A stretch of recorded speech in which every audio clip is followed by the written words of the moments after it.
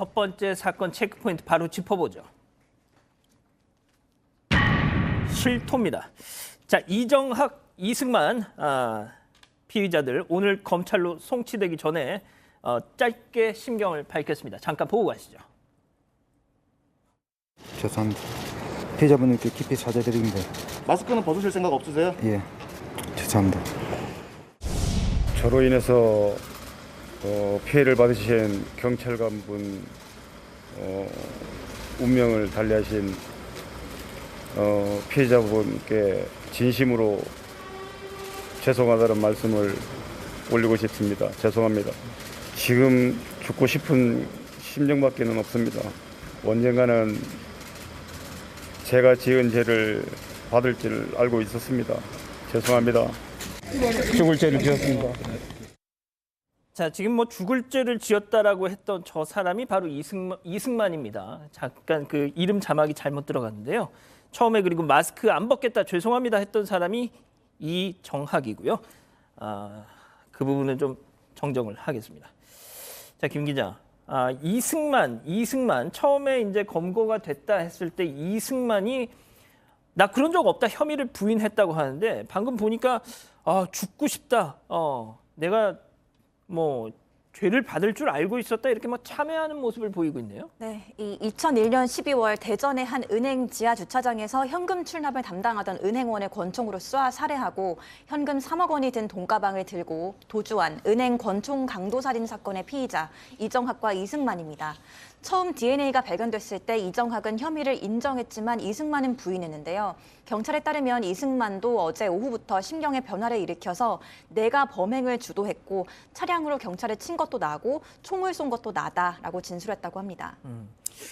자, 팀장님 일단 뭐 주범이에요, 이승만이. 근데 처음엔 부인을 했다가 이렇게 갑자기 실토를 하게 된 뭐 배경이 있을까요? 그렇습니다. 이승만, 죄송합니다. 뭐 전 대통령이 같긴 한데요. 이승만이가 처음에 검거됐을 때 부인을 했는데 문제는 뭐냐면 경찰에서 프로파일러를 동원해가지고 설득을 했습니다. 그리고 이정학의 진술에 의해서 이승만이가 검거됐지 않습니까? 그러니까 이승만이는 이정학이가 범행을 자백했다고 믿질 않았습니다. 근데 그걸 확인시켜 보니까 실제적으로 이정학이가 DNA를 통해서 검거가 됐고 그 범인을 시행한 걸 아니까 본인이 그때서는 무너진 거예요. 무너져가지고 내 공범이 불었기 때문에 나도 그때 많이 신경이 변화 일으켜가지고 실제로 범행한 내용을 본인이 직접 가담 또 그리고 주도적으로 했다는 것에 대해서 솔직하게 자백을 하게 된 것이죠.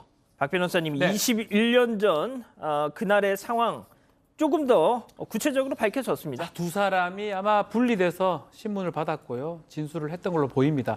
자, 그때 2001년도입니다. 2001년 10월 15일 있었던 사건인데 이 모든 범죄는 이승만이 이정학한테 제안하면서 성립이 됐고요. 2001년도 사건은 총기를 마련하기 위해서 경찰관을 차로 들이밀었고요. 당시는 이승만이 운전을 했고 이정학이 경찰관의 389 권총을 뺏었다고 합니다.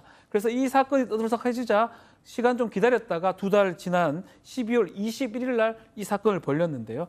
당시 이승만의 얘기에 따르면 이 은행 강도를 하면서 은행 직원이 허리춤에 있는 가스총에 손을 대는 걸 보고 그때 이제 그 뺏었던 훔쳤던 그 총을 정신없이 난사를 했다라고 합니다. 그 나중에 보니까 사망한 걸 알게 됐다라고 얘기를 하고 있습니다.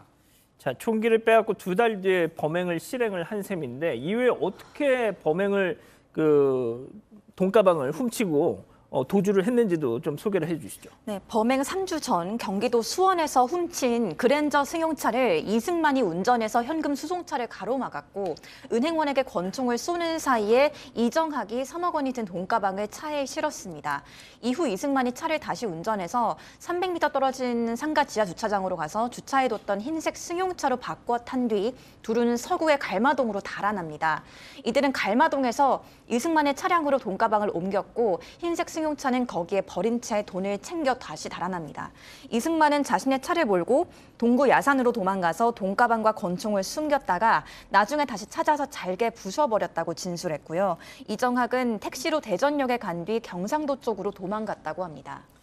자, 소장님, 보통 이렇게 2명 이상의 범죄자들이 잡히면 서로한테 이제 유리한 선택을 하잖아요. 제가 더 많이 가져갔어요. 뭐 이렇게 엇갈리는 부분이 있지 않습니까? 그렇죠.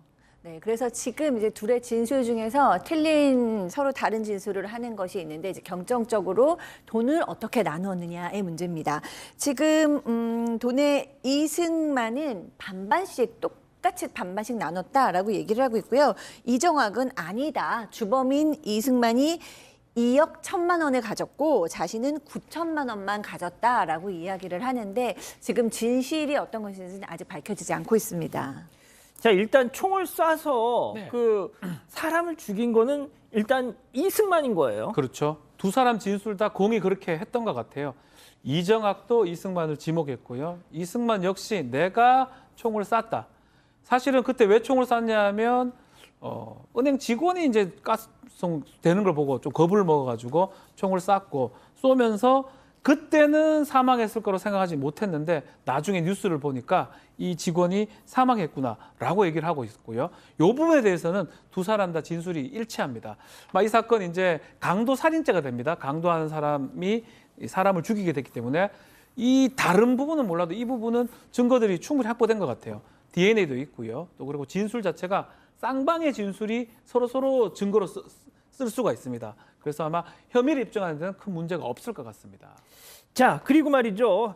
저희가 이제 이 대전 국민은행 강도 사건을 몇 번 소개해드리면서 말씀을 드렸던 내용이 있죠. 그것이 알고 싶다에서도 이제 그 내용이 나왔었는데, 자, 이 두 명의 진짜 용의자들이 잡히기 전까지 이 사건에 누명을 쓰고 있었던 사람들, 20년을 그렇게 누명을 쓰고 살아온 사람들이 있었습니다. 네, 그 당시 경찰은 20대 남성 3명을 용의자로 지목했습니다.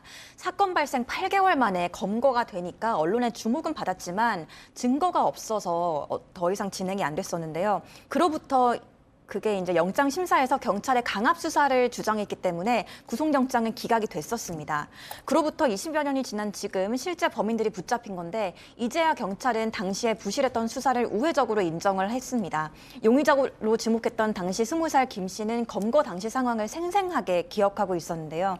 김 씨는 대전의 경찰 기동대로 무작정 끌려간 뒤 수갑을 찬 채로 마구잡이로 폭행당했다고 주장했습니다. 김 씨는 방망이로 때리는데 몇 대 맞으니까 정말 미칠 것 같았다고 말했습니다. 자, 이건 뭐 팀장님이 마지막으로 좀 정리를 해주시죠. 21년 동안 끈질기게 추적을 해서 이 진범을 잡은 경찰의 어떤 이런 헌신, 노력에는 또 뭐 박수를 쳐드려야 되겠지만은 뭐가 됐든 엉뚱한 사람을 이렇게 잡아서 뭐 진짜 고문을 했는지는 확인이 안 되지만 뭐가 됐든 억울한 피해자는 또 있었던 건 사실이니까요. 그렇습니다. 당시에 3명을 검거했는데 용의자라서 영장을 쳤는데 기각이 됐습니다. 그렇지만 그분들이 경찰에 잡혀가면서 억울한 누명 쓴 거는 인정이 되는데 본인들 주장에 의하면 아까 보다시피 구타를 당한 듯 그 고문을 당했다고 주장하고 있는데 경찰에서는 그렇게 말 않습니다. 왜냐하면은 그게 뭐 그때 폭언이라든지 강압이라든지 고문한 내용이 수사 기록이 없다. 그걸 수사 기록에 쓰진 않겠죠. 그렇다 한들 지금 만약에 경찰에서 공식 사과를 하게 되면은 저 김모 씨가 주장하는 고문에 대해서 인정하는 게 되는 거잖아요. 그러니까 김모 씨가 주장하는 거는 타당성이 있다 하더라도 지금 이제 와서 바뀔 수는 없다. 사실 그 당시에 고문이 가능할 수도 있겠지만 지금 확인 안 되니까 경찰청에서는 공식적으로 사과는 할 수 없는 것이죠. 자, 뭐 일단은 이거는 조금 더 따져봐야 되겠네요. 알겠습니다.